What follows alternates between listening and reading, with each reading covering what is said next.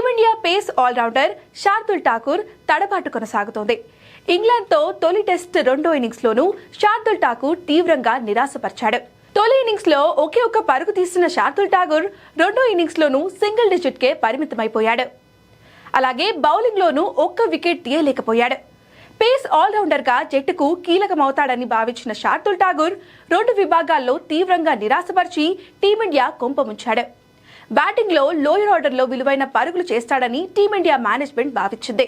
కానీ అతను మాత్రం తీవ్రంగా నిరాశపరిచాడు. ప్రాక్టీస్ మ్యాచ్లో మెరుగైన ప్రదర్శన చేయడంతో యువ ఆల్రౌండర్ తెలుగు తేజం నితీష్ కుమార్ రెడ్డిని పక్కన పెట్టి మరీ శార్దుల్ను ఆడిచ్చారు.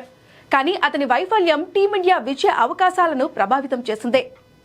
రెండు ఇన్నింగ్స్లలో రవీంద్ర జడేజాతో కలిసి శార్దుల్ ఠాకూర్ 50 పరుగులు జోడించిన భారత్ విజయ అవకాశాలు మరింత మెరుగయ్యేవి. కానీ అతని వైఫల్యం కారణంగా తొలి ఇన్నింగ్స్లో టీమిండియా 41 పరుగుల వ్యవధిలో చివరి 7 వికెట్లు కోల్పోయింది. రెండో ఇన్నింగ్స్లోనూ 31 పరుగుల వ్యవధిలో చివరి 6 వికెట్లను చేజార్చుకుంది. ఈ ప్రదర్శన నేపథ్యంలో శార్దుల్ ఠాకూర్కి బదులు నితీష్ కుమార్ రెడ్డి తీసుకున్నా బాగుండేదని నెటిజన్లు కామెంట్ చేస్తున్నారు. రెండో టెస్ట్లో శార్దుల్ ఠాకూర్పై వేటు వేయాల్సిందేనని డిమాండ్ చేస్తున్నారు.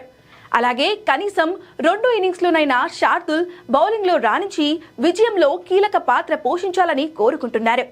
అయితే తమ రెండో ఇన్నింగ్స్ ప్రారంభించిన ఇంగ్లాండ్ 4వ రోజు ఆట ముగిసే సమయానికి వికెట్ నష్టపోకుండా 21 పరుగులు చేసింది. ఇంగ్లాండ్ విజయానికి ఇంకా 350 పరుగులు అవసరం కాగా భారత విజయానికి 10 వికెట్లు కావాలి. ఆఖరి రోజు 90 ఓవర్ల ఆట మిగిలి ఉంది. కాబట్టి బౌలర్ల ప్రదర్శనపైనే భారత విజయ అవకాశాలు ఆధారపడి ఉన్నాయి.